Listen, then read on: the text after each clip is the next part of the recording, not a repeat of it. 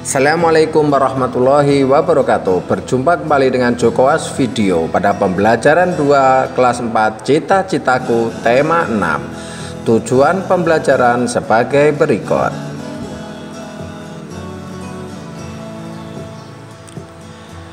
Perhatikan gambar-gambar berikut ini. Berikut ini adalah gambar-gambar pekerja seni, yaitu orang yang berprofesi di dunia seni. Gambar yang pertama adalah gambar pelukis. Gambar 2 adalah gambar sutradara. Yang ketiga adalah gambar penari. Dan yang keempat adalah gambar pesulap. Pekerja seni merupakan orang yang memiliki bakat dan kemampuan tertentu yang bekerja di berbagai bidang kesenian. Ada penari, pelukis, animator, sutradara, dan pesulap merupakan beberapa contoh pekerja seni. Para pekerja seni bekerja untuk membuat orang lain merasa senang dan semakin menghargai keindahan di sekitarnya. Berikut ini kisah tentang pekerja seni, yaitu penari. Kisah seorang penari gandrung Banyuwangi. Seorang ibu bernama Supinah mengisahkan perjalanan hidupnya sebagai seorang penari gandrung. Tari gandrung berasal dari Banyuwangi, Jawa Timur, yang sudah ada sejak zaman penjajahan kolonial Belanda. Tari gandrung merupakan tari penyampai pesan untuk para pejuang yang bergerilya pada Perang Puputan Bayu tahun 1771. Oleh karenanya, pada awalnya penari gandrung adalah laki-laki. Pada tahun 1895 mulai muncul generasi penari gandrung wanita. Ibu Supinah mulai menjadi penari gandrung pada usia 14 tahun, yaitu sejak tahun 1979. Ibu Supinah belajar pada sebuah kelompok tari gandrung yang dipimpin oleh Akidah, yaitu Gandrung Akidah. Di sana, Bu Supinah belajar dengan rajin sehingga dalam waktu yang tidak terlalu lama diperkenankan menari di pentas. Saat itu, Ibu Supinah sering tampil di pentas untuk acara-acara tertentu seperti undangan atau perkawinan yang biasa digelar di masyarakat Banyuwangi. Ibu Supinah tidak pernah menyesali keputusannya untuk menjadi seorang penari gandrung. Ibu Supinah bangga karena tari gandrung melambangkan kesuburan. Ibu Supinah bahkan pernah diundang menari ke mancanegara seperti Amerika, Korea, dan Cina. Ibu Supinah tidak menyangka bahwa profesinya sebagai penari gandrung mendapatkan penghormatan yang tinggi. Ibu Supinah bangga telah mengenalkan budaya Indonesia kepada masyarakat di mancanegara. Berikut ini beberapa informasi penting yang terdapat pada teks bacaan tersebut. Yang pertama, tari yang dibawakan Ibu Supinah yaitu tari gandrung dari Banyuwangi.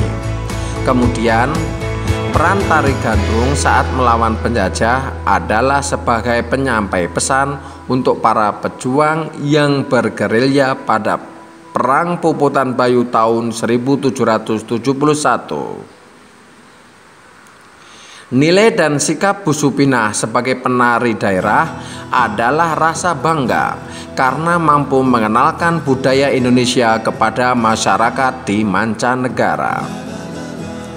Nilai, sikap, dan keterampilan yang diperlukan untuk menjadi seorang penari adalah rajin, tanggung jawab, penguasaan teknik, dan penghayatan. Nah, ini ada puisi tentang penari. Bapak bacakan ya, puisi penari. Anggunnya gerak tubuhmu, lentiknya jemari-jemari berpadu indah. Derap langkah gemulai, hentakkan irama mengalun syahdu. Lirikan mata yang tajam berubah sekejap menjadi indah. Kibasan selendang emas bergoyang perlahan, liukan leher mengundang kekaguman. Menari dan terus menari dengan senyum dan ketulusan. Gerakanmu sungguh indah karena engkau menari dengan hatimu. Selanjutnya mari kita identifikasi puisi tersebut. Judul puisinya yaitu Puisi Penari. Banyaknya bait puisi adalah 6. Kemudian banyaknya baris puisi ada 12. Ya, kalau baris dalam bait itu ada 2 ya. Puisi tersebut menceritakan penghayatan dan keterampilan seorang penari yang berhasil memancarkan keindahan. Coba adik-adik buat sebuah paragraf yang menceritakan isi puisi tersebut, serta buatlah sebuah gambar yang menggambarkan kisah dalam puisi. Seni tari merupakan salah satu bentuk seni yang ada dalam kehidupan masyarakat tradisional. Negara Indonesia yang sangat kaya dengan keragaman seni budaya tentu memiliki seni tari yang banyak jumlahnya. Akan tetapi jumlah itu akan terus berkurang apabila generasi muda tidak mengenalnya. Oleh karenanya sangatlah penting untuk mengetahui tari-tari daerah Indonesia. Berikut ini pasangan gambar nama tari serta asal daerah. Tari pendet dari Bali, tari piring dari Sumatera Barat, kemudian tari remo dari Jawa Timur, dan tari saman dari Aceh. Negara Indonesia memang kaya akan budaya dengan beragam masyarakat yang tinggal di dalamnya. Sebagai negara kepulauan, Indonesia memiliki ribuan pulau dan perairan laut yang luas. Dengan demikian, Indonesia memiliki potensi sumber daya dari makhluk hidup yang hidup dan berkembang di dalamnya. Mari kita baca informasi tentang manfaat makhluk hidup di sekitar kita. Manfaat makhluk hidup di sekitar kita. Makhluk hidup terdiri atas tumbuhan, hewan, dan manusia. Manusia memerlukan tumbuhan dan hewan untuk memenuhi kebutuhan hidupnya. Hewan dan tumbuhan dikelola manusia sedemikian rupa sehingga memberikan manfaat bagi kehidupan manusia. Tumbuhan dan hewan merupakan sumber daya alam hayati. Keberadaannya akan terus-menerus ada sepanjang tidak terjadi peristiwa yang membuatnya punah. Tumbuhan membantu lingkungan untuk menyediakan oksigen dan menahan air hujan agar tidak terjadi erosi. Tumbuhan juga berfungsi sebagai pelindung tanah-tanah yang miring agar tidak mudah longsor.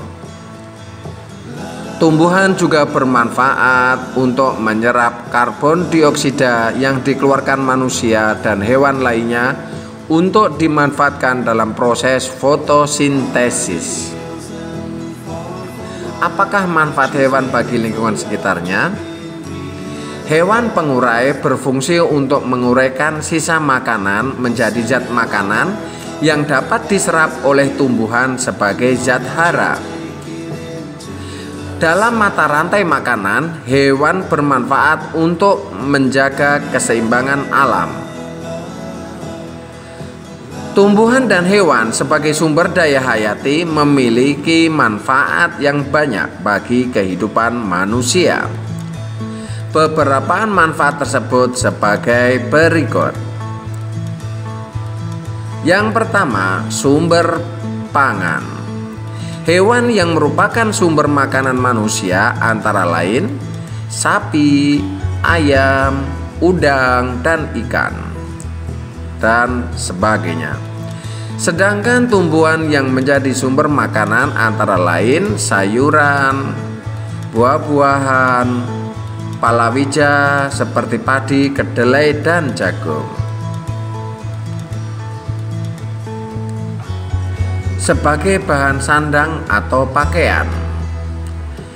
Bahan pakaian yang digunakan manusia berasal dari serat tumbuhan dan hewan. Contoh tumbuhan yang dimanfaatkan seratnya adalah kapas. Sedangkan contoh hewan yang dimanfaatkan seratnya adalah ulat sutra dan domba. Serat-serat ini diolah menjadi benang yang kemudian dipintal dan ditenun menjadi kain. Manfaat yang lain yaitu sebagai peralatan rumah tangga. Banyak perabot rumah tangga yang terbuat dari kayu yang berasal dari tumbuhan keras. Beberapa contohnya adalah kayu dari pohon jati, cendana, mahoni, pinus, dan lain sebagainya. Lalu juga sebagai produk kesehatan. Tumbuhan dan hewan dapat digunakan sebagai bahan obat-obatan. Berbagai tanaman obat seperti kunyit, jahe, temulawak, dan kumis kucing dimanfaatkan sebagai obat. Beberapa jenis hewan juga dimanfaatkan untuk obat-obatan seperti kadal, kelelawar, serta cacing. Berikut ini contoh peta pikiran yang menjelaskan manfaat tumbuhan dan hewan terhadap kehidupan manusia. Kita bisa menyimpulkan manfaat makhluk hidup di sekitar kita berdasarkan bacaan tersebut atau sumber lain yang ada di sekitar kita. Manfaat tumbuhan bagi lingkungan sekitar meliputi membantu mengurangi pemanasan global, membantu membersihkan udara dari racun, menyejukkan lingkungan, dan lain sebagainya. Manfaat hewan bagi lingkungan sekitar meliputi sebagai penghasil tenaga untuk membantu manusia seperti kerbau, membantu membajak sawah misalnya, kemudian menghasilkan pupuk organik misalnya pupuk kandang. Lalu juga penghasil bahan pangan misalnya daging kambing, bebek, ayam, dan lain sebagainya. Apabila tumbuhan sulit tumbuh di daerah yang sulit subur atau yang tidak subur, maka itu merupakan pertanda gersangnya suatu daerah dan akan terjadi suhu udara di daerah tersebut akan naik sehingga terjadi kekeringan.